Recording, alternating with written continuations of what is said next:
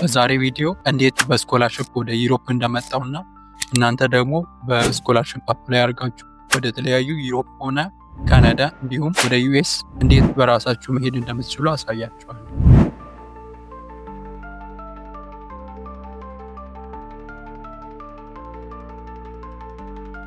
በመጀመሪያ ደረጃ ስኮላርሽፕ ብለን ስናስብ በአይምሯችን የምናስበው በጣም ከባድ ነገር እንደሆነና ወይ ለጎበዝ ተማሪዎች ካልሆነ የተለየ ታሌንት ላላቸው ወይ ለዩኒቨርሲቲ ፕሮፌሰሮች እንደዚ አይነት የተዘጋጀ ነገር አድርገን በአይምሯችን እንስለዋል።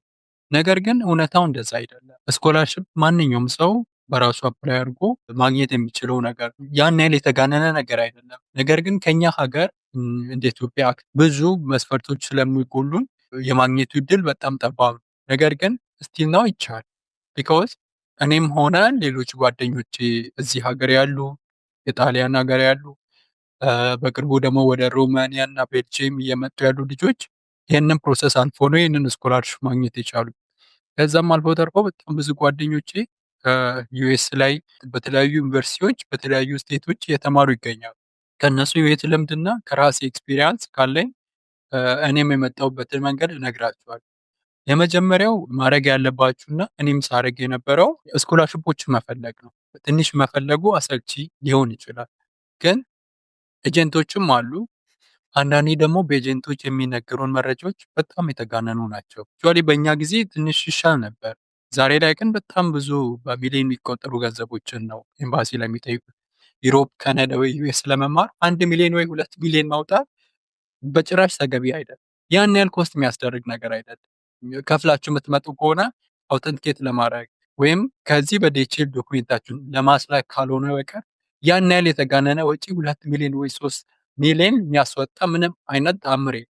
ይህንን ደግሞ ያወቅኩት በራሴ ኤክስፒሪያንስ እና እኔም ብዙ ልጆች አፕላይ አድርጌላቸው የመጡ ባሉ ወደፊት በዚህ ዩቱብ ቻናል ላይ እነሱንም አቀርባችኋለሁ። እዚህ ለመምጣት የመጀመሪያ ስቴፕ ማድረግ የሚጠበቅባችሁ ነገር ቢኖር ዩኒቨርሲቲዎችን መፈለግ ነው። ፉል ስኮላርሽፕ ሊሰጧችሁ ይችላሉ፣ ሀፍ ስኮላርሽፕ ሊሰጣችሁ ይላሉ።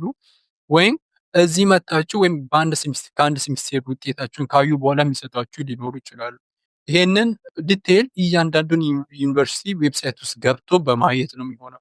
ኦፍኮርስ ለምሳሌ አንድ ትልቅ ሀገር ውስጥ ዲቴይል እያንዳንዱን ዩኒቨርሲቲ እንዴት አገኛለሁ የሚለው ነገር ሊከብድ ይችላል።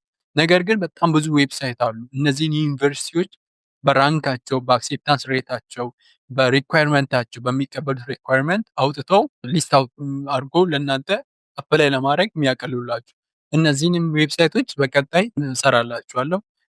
እናንተም በኮሜንት ላይ ጻፉልኝ እና ዩሮፕ ላይም በጣም ካናዳ ላይም ዩኤስ ላይም ይሄ ነው ከቁጥር የሚያልፉ በጣም ዩኒቨርሲቲዎች አሉ።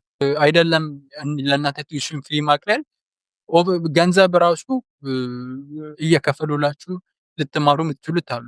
አብሮኝ የነበረ ጓደኛዬ ለምሳሌ ስኮላርሽፑ ስለተረፈው የተወሰነ ገንዘብ ኪሱ ነው የሚቀድልን። እንደዚህ አይነት ሁላ አለ። የተለየ ችሎታ ኑሮት አይደለም። ጀስት ሪኳየርመንቶችን በደንብ አነበበ፣ ምን መሟላት አለበት። አንድ ዩኒቨርሲቲ ስኮላርሽፕ ሲሰጣችሁ ሲጀመር ከእናንተ የሚፈልገው ነገር አለ። የሆነ ባክግራውንድ አላችሁ፣ የሆነ ኳሊቲ አላችሁ። በትምህርታችሁ ብቻ ሳይሆን በሆነ ነገር የራሳችሁ ኳሊቲ አላችሁ። ብዙ ዩኒቨርሲቲዎች ጀስት ለጎበዝ ተማኝ ብቻ አይደለም ስኮላርሽፕ የሚሰጡት ሲጀመር። ለምሳሌ ሙዚቃ ላይ ጎበዝ ከሆናችሁ፣ ዳንስ ላይ ጎበዝ ከሆናችሁ፣ የተለየ ፈጠራ ስራ ሰርታችሁ ነበረ፣ እነዚህ አይነት ነገሮች ሲኖሯችሁ ለነሱ መታችሁ የሆነ ነገር እያደረጋችሁላቸው እንደሆነ ስለሚያስቡ ስኮላርሽፕ የማግኘታችሁ ነገር በጣም ከፍተኛ ነው የሚሆነው።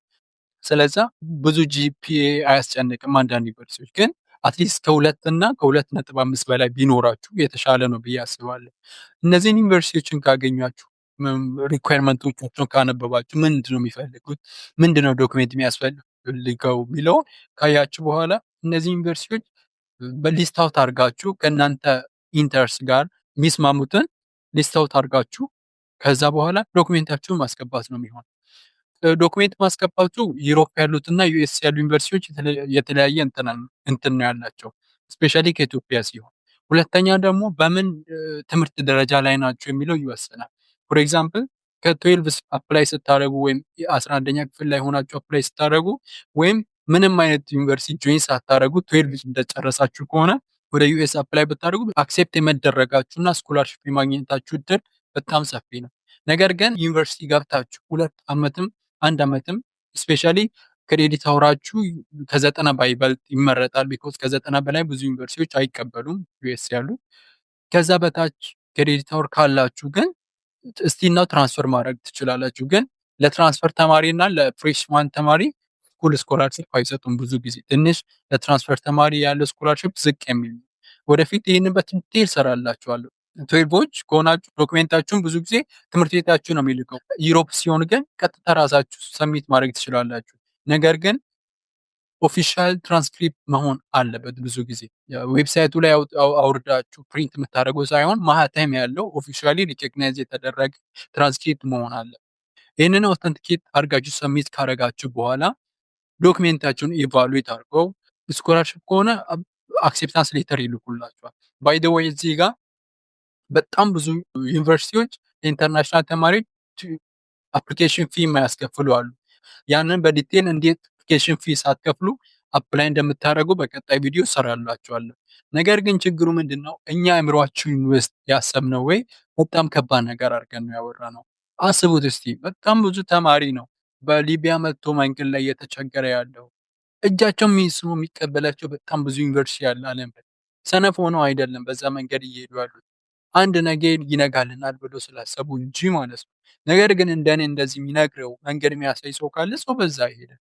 ዩሮፕ ላይ ያሉ የትኛውንም ዩኒቨርሲቲዎች እያንዳንዱ ዲቴል እነግራችኋለሁ። ካናዳም አውስትራሊያም ቪዛ አፕሊኬሽን ጋይድ አደርጋችኋለሁ። እንዴት ቪዛ አፕላይ እንደምታደርጉ መሀል ላይ ያለምንም ጣልቃ ገብነት በራሳችሁ እንዴት አፕላይ ታደርጋላችሁ። የትኛውም አውስትራሊያ ከሆነ ካናዳ ከሆነ ዩኤስ ከሆነ ስቴፕ ባይ ስቴፕ ነው ጋይድ ማድረጋችሁ። ጀስት ፎሎ ሚ ዳን ዩ ዊል ሲ ዘ ሪዛልት።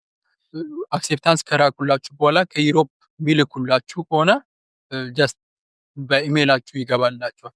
ፋይናሊ ግን ብዙ ኤምባሲዎች እንትን ይፈልጋሉ። ኦሪጂናሉን ስለሚፈልጉ እዛው ስቱደንት ፖርታል ላይ ገብታችሁ በዲኤችኤል አዛችሁ እስከ አዲስ አበባ ያመጡላችኋል።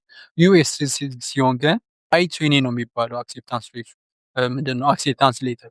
ብዙ ጊዜ አይ20 ለምሳሌ ስኮላርሽፕ የሚሰጧችሁ ከሆነ ወይም ፉሊት እንትን ቲዩሽን ፊያችሁን ብቻ ዌብ የሚያደርጉላችሁ ከሆነ ባንክ ስቴትመንት ሊጠይቋችሁ ይችላሉ። ቢኮዝ ሙሉ ጊዜ ፉል ፈንድድ ስኮላርሽፕ ለማግኘት ዩኤስ ትንሽ ከባድ ስለሚሆን የሆነ ፐርሰንት እናንተም መክፈል አለባችሁ። ግን እስከ 70-80 ወይም ከ50 በላይ የሚሰጡ ብዙ ዩኒቨርሲቲዎች አሉ። ያንን ባንክ ስቴትመንት ካሳያችሁ በኋላ እና ወይም ስፖንሰር ራሳችሁ ከሆናችሁ ዳስ ኦኬ። ግን የስፖንሰርሽፓችሁን ሌተር አለ፣ እሱ አብሮ ስቱደንት ፖርታል ላይ ይገባል። ያንን ካዩ በኋላ ነው የሚልኩላችሁ። ደን ያንን ሲልኩላችሁ አይ20 ላይ ኤቭሪ ዲቴል መረጃችሁ አለ። ያንን ይዛችሁ ነው ኤምባሲ የምትገቡት። ኦፍኮርስ አይ20 ስላላችሁ ብቻ ኤምባሲ አትገቡም። ከዛ በፊት የራሱ መስፈርት አለው። ቀጣይ ቪዲዮዎች ላይ እሰራችኋለሁ።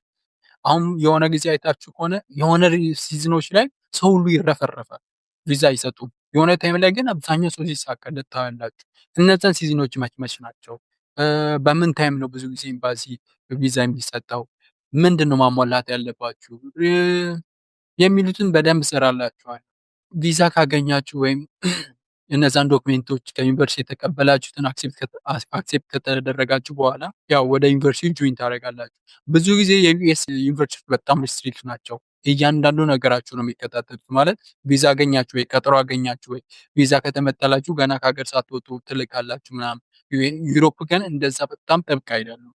ሶ ቪዛ ካገኛችሁ መጨረሻ ላይ ያው ኦሪየንቴሽን ቀናችሁ ሳይደርስ ወደ ዩኒቨርሲቲው ትመጣላችሁ ማለት ነው። እኔ በዚህ ዩቲዩብ ቻናል በጣም ከባድ እንኳን ቢሆን እያሳያችኋለሁ። እኔ ካለፉበት መንገድ ጓደኞቼም ካለፉበት መንገድ ተነስቼ በደንብ ዲቴል በዲቴል ነው ማሳያችሁ። መጠየቅ የምትፈልጉት ነገር ካለ እነዚህ ሊንኮችን ከስር አስቀምጥላችኋለሁ። በሊንኮቹ ገብታችሁ ጆይን አድርጋችሁ የምትፈልጉትን ጥያቄ እንድሰራላችሁ የምትፈልጉት ወይም መረጃ ኖሯችሁ የምትፈልጉት ዩኒቨርሲቲ ካለ ጻፉልኝ፣ ቪዲዮ ስራላችኋለሁ።